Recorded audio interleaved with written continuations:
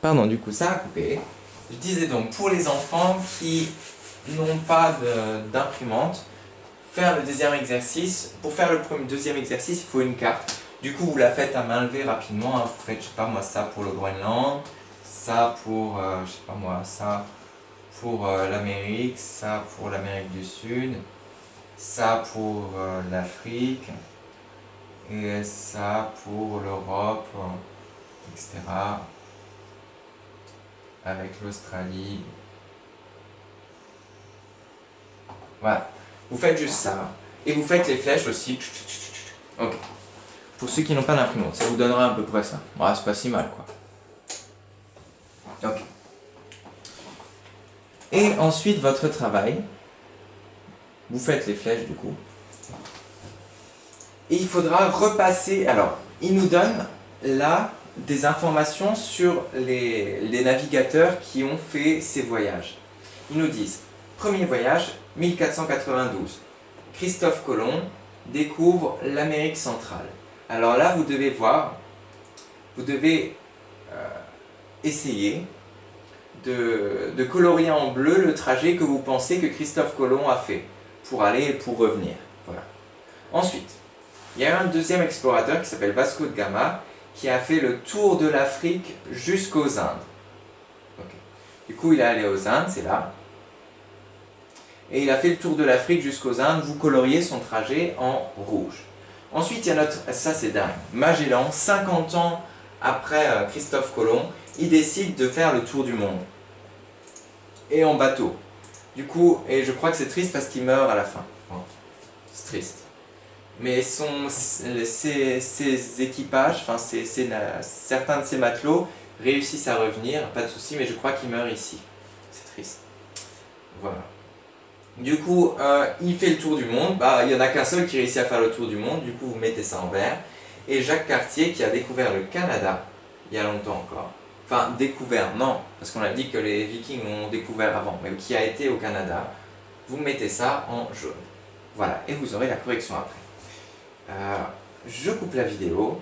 Je vous laisse faire le travail tranquillement. Je vais vous faire un zoom. Et à tout de suite pour la correction. Zoom pour les enfants qui n'ont pas Classroom. Alors.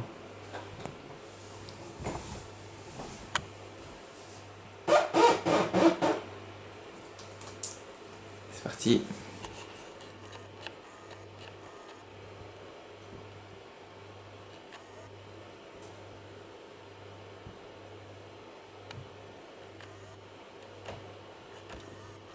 Voilà.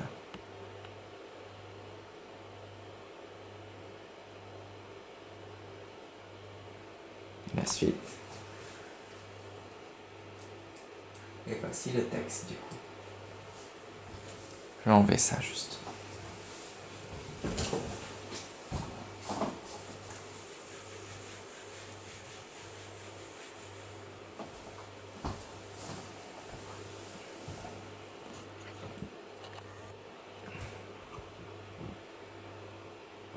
Pardon, j'ai oublié pour les enfants qui n'ont pas de photocopieuse.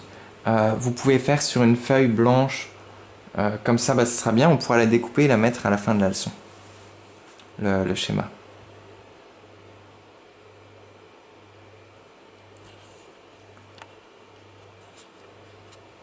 Ok.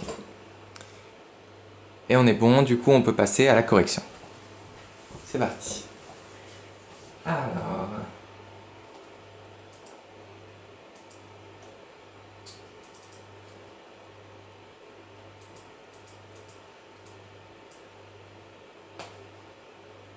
Voilà, du coup ils nous ont mis en correction ça. Ce qu'il fallait souligner chez vous, c'était tout le passage là. Hein. L'amiral, à quelques mètres devant nous, plante l'étendard l'étendard royal sur le sol. Déjà ils arrivent, ils plantent le drapeau pour dire vraiment c'est à eux.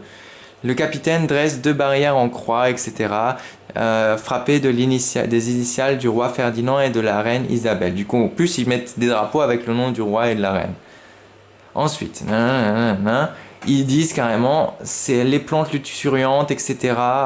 Font partie de notre Espagne à partir de ce jour, le 14 octobre 1492. Carrément, là, ils le disent, bah ça va arriver, c'est à l'Espagne, on est en Espagne maintenant, voilà.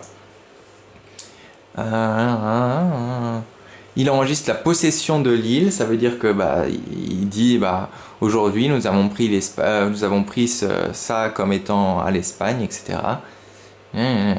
Et carrément, il nomme Christophe Colomb comme vice-roi. Ça veut dire en dessous du roi de l'Espagne, il va être roi de cet espace. Et gouverneur de l'île. Alors là, s'ils prend pas, ils disent pas que, comment dire, que ça vient pas de l'Espagne, enfin ça, c'est dingue. Enfin, comment dire ça, enfin, c'est vraiment à l'Espagne, quoi, du coup.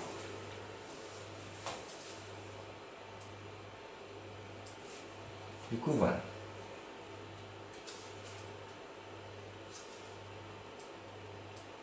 Et là, il nous parle du coup on voit très bien que l'attitude des Indiens sont finalement très gentils, hein. Ils leur offrent carrément des cadeaux, etc. Et finalement, à un moment, pour récupérer tout leur or, etc., ils les tueront. Beaucoup seront tués de ces Indiens pour récupérer leur or, etc. Et il y en a beaucoup qui sont également envoyés en esclavage. Voilà. Du coup, c'est très triste finalement ce qui s'est passé. Ils n'étaient pas sympas, les Espagnols, trop à l'époque, hein. Enfin, en tout cas, ceux-là. Voilà. Hop là. Bref. Et on a donc nos flèches. On a donc On va commencer par le bleu. Ça, c'est on voit bien l'aller-retour de Christophe Colomb. Il arrive sur une île. Voilà, comme j'avais dit. Ensuite, rouge, Vasco de Gama qui part en Afrique pour aller jusqu'en Inde. On a la date aussi. Magellan qui fait le tour du monde. Et il meurt vers là, je crois, à peu près. Et puis voilà. Et enfin, Jacques Cartier qui découvre le Canada. Et voilà. Dernière chose. Ensuite, on passe à la leçon. J'espère que ça vous a plu aujourd'hui. C'était un peu long, mais bon. Voilà. Ok. Oh, non, j'ai pas effacé le tableau, j'ai juste tourné là.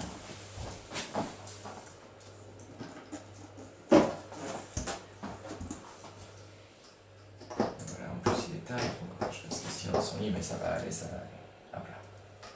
Alors, du coup, voilà. Finalement, notre Christophe Colomb, il meurt en 1506. Et il meurt et il croit toujours qu'il est arrivé en Inde. Pour lui, il n'y a pas de, c'est pas un autre continent, pour lui c'est l'Inde, on a découvert l'Inde, etc. Et d'ailleurs, il ramène plein d'autres choses, hein. Il ramène les tomates, sont découverts là-bas, il découvre les artichauts, peut-être le maïs, je crois, je ne sais plus, qui ramène du coup en Espagne. Et il découvre le tabac aussi d'ailleurs, et le chocolat, je crois. Bref. Enfin, les fèves de cacao. Et du coup, finalement, après sa mort, il y a seulement deux savants, Amerigo Vespucci et Jean Cabot, qui prouvent que ça ne peut pas être l'Inde, cet endroit, et que c'est un autre continent. Du coup, c'est Amerigo Vespucci et Jean Cabot qui, après sa mort, longtemps plus tard, découvrent que c'est pas l'Inde, que c'est un autre continent, et il décide de l'appeler. Il est sympa, Jean Cabot, il va dire on va lui donner ton nom, Amerigo. Et du coup, l'Amérique s'appelle Amérique, en l'honneur de Amerigo Vespucci. America.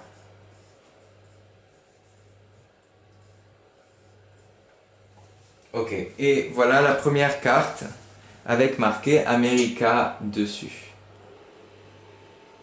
Voilà, c'est un zoom, hein, parce que les cartes étaient énormes à l'époque. Voilà. Voilà, j'espère que cette petite leçon vous a plu, que vous avez appris pas mal de choses. On se retrouve pour la leçon. À tout de suite.